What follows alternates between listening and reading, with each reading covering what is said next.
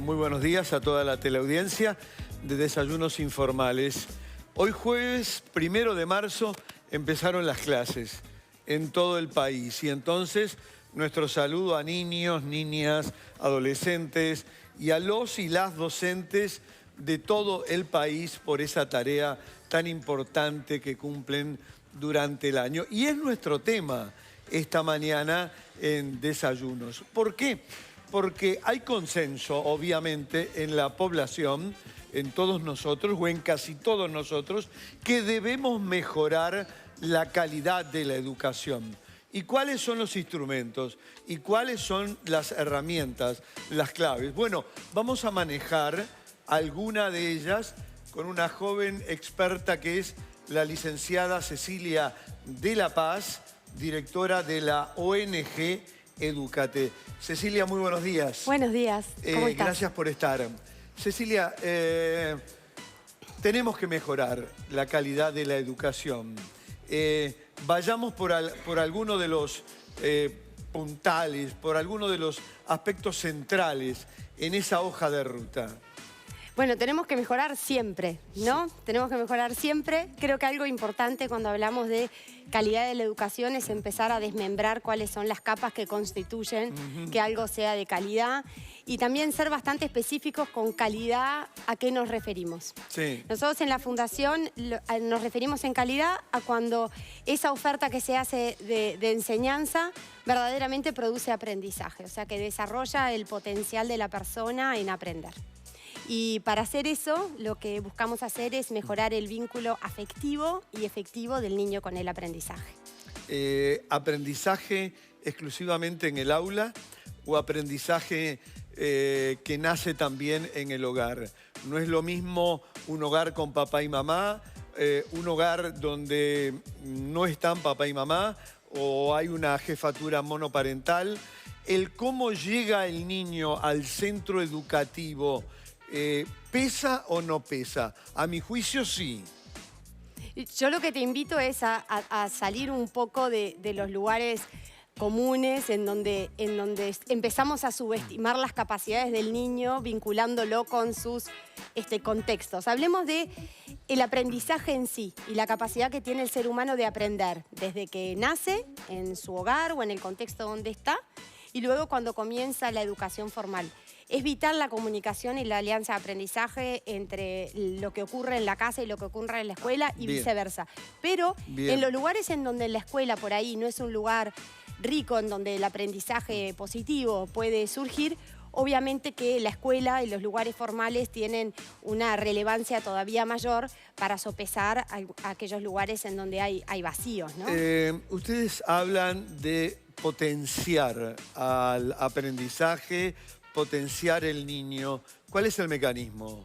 Creo que el mensaje principal es salir de los datos máximos, ¿no? De la Big Data que se habla y de las tendencias y de las cifras, tanto sea de las cifras como de cuántos niños van a la escuela, cuál es la matrícula, cuál es la deserción y también cuál es el nivel de repetición e ir hacia lo micro, por qué eso sucede y cómo podemos mejorar para que ese niño quiera ir a la escuela. Nosotros consideramos de que ese niño va a querer ir a la escuela si encuentra un propósito para ir a la escuela, si tiene un significado para él ir a la escuela.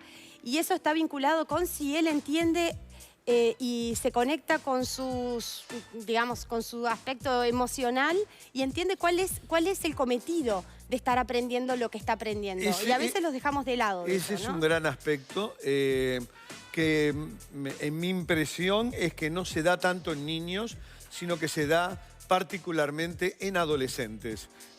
Y hay registros, y hay declaraciones, y están los niños, los adolescentes en especial, que desertan, que se van del sistema educativo. Entonces, ese seguramente no es un adolescente que está estimulado. Ese no es un adolescente que está potenciado. No tiene gusto por aprender. Bueno, pero volvemos a ponerle el foco y la responsabilidad en la nueva generación y no lo que nosotros hacemos No, para... pero eso es debido a razones de las que estamos de acuerdo y de las que estamos hablando. Sí, yo en lo personal considero que no es la persona que falla en el sistema, sino el sistema que le falla a la persona. Y creo que cuando llegamos a la edad de la... hay un mix. Y cuando llegamos a la edad de la adolescencia es como cuando empezamos a tener mayor libertad de opción. Cuando estamos en nuestra etapa de la niñez, complacemos mucho más, ¿no? Entonces el niño aprende para la maestra o el niño aprende para tener una buena nota y que los padres lo quieran y lo consideren. Estás forjando tu personalidad, tu capacidad. Yo puedo lograr hacer esto y lo otro. Cuando llega la adolescencia hay un montón de esos aspectos que yo creo saber de mí como aprendices. Soy bueno en matemática, que son todas cosas que solemos escuchar. A mí me cuesta la lectura, yo no sé leer, que cuando llegas al liceo están como incorporadas como si fuesen parte de tu identidad. Y ahí eso empieza a pesar muchísimo más, pero son creencias en realidad.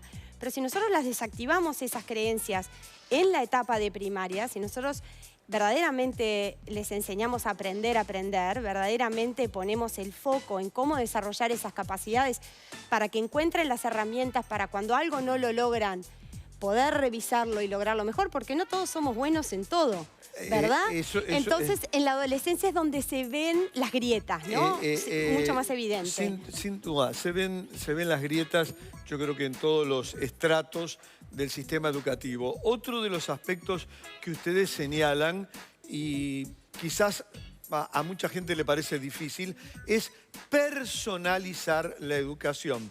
Y seguramente quien nos está viendo en este momento dirá, pero ¿cómo una docente va a personalizar la educación en una clase con 30 o 40 alumnos? Cecilia.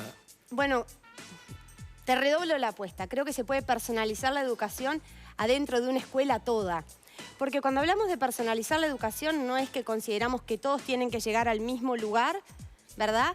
Y que yo te respeto tu ritmo. Eso es parte. Pero por otro lado, lo primero de todo es que tengo que conocer. Tengo que conocer cómo aprendes mejor, tengo que conocer cómo me acerco a ti, porque por ahí, como mencionabas vos al principio, lo primero es una carencia afectiva, de confianza en mí mismo, de lo que puedo hacer. Sí. Por ahí soy muy competitivo y lo que necesito son desafíos cortos. Por ahí soy niña o varón que aprenden de manera diferente y eso está comprobado. Hoy la neurociencia nos arroja muchísimas herramientas nuevas y mucho conocimiento de cómo verdaderamente adaptar, no a lo que el niño quiere o le gusta, pero a lo que necesita, que es verdaderamente lo que genera el cambio, ¿no? Cecilia, ¿y a ti te importan, a Edúcate le importan los resultados o el camino? Es decir, ¿por qué deserta un niño? ¿Por qué repite? Y este es un tema que ha sido de absoluta actualidad en las últimas semanas, ¿no verdad? De padres que no estuvieron de acuerdo de que su hija repitiera cuarto año y cruzaron un recurso de amparo ante la justicia que el tribunal desestimó.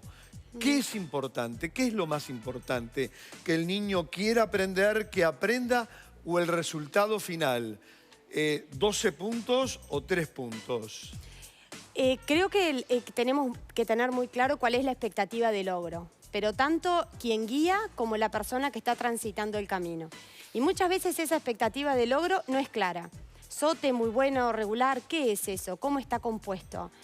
Lo que hay que... Es una calificación, Cecilia. Sí, pero... Es una calificación de rendimiento, digo. Si el niño no tiene aptitudes para ciencias geográficas, historia, literatura, matemáticas, seguramente lo van a calificar con un 3 o con un 4. Ahí ya estás etiquetando. El niño no tiene las aptitudes para...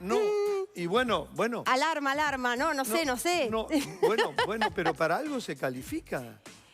Pero el que califica puede ser una opinión sesgada y lo que tú valorás y cómo lo valorás termina repercutiendo en cuál es la cultura del aula de clase. Te lo digo muy concretamente. Si todos dentro de un aula de clase o dentro de un trabajo, en cualquier ámbito humano, la valoración es una nota y esa nota está compuesta por resultados de ejercicios, ¿qué es lo que tú vas a hacer? Bueno, en hacer ejercicios, pero por ahí después ese conocimiento de ejercicios no lo podés plasmar en nada más. Te lo pongo, no sé, en cualquier ejemplo, en la vida misma. Después, yo que sé, vas a la feria con tu mamá o con tu papá y no podés usar ese contenido.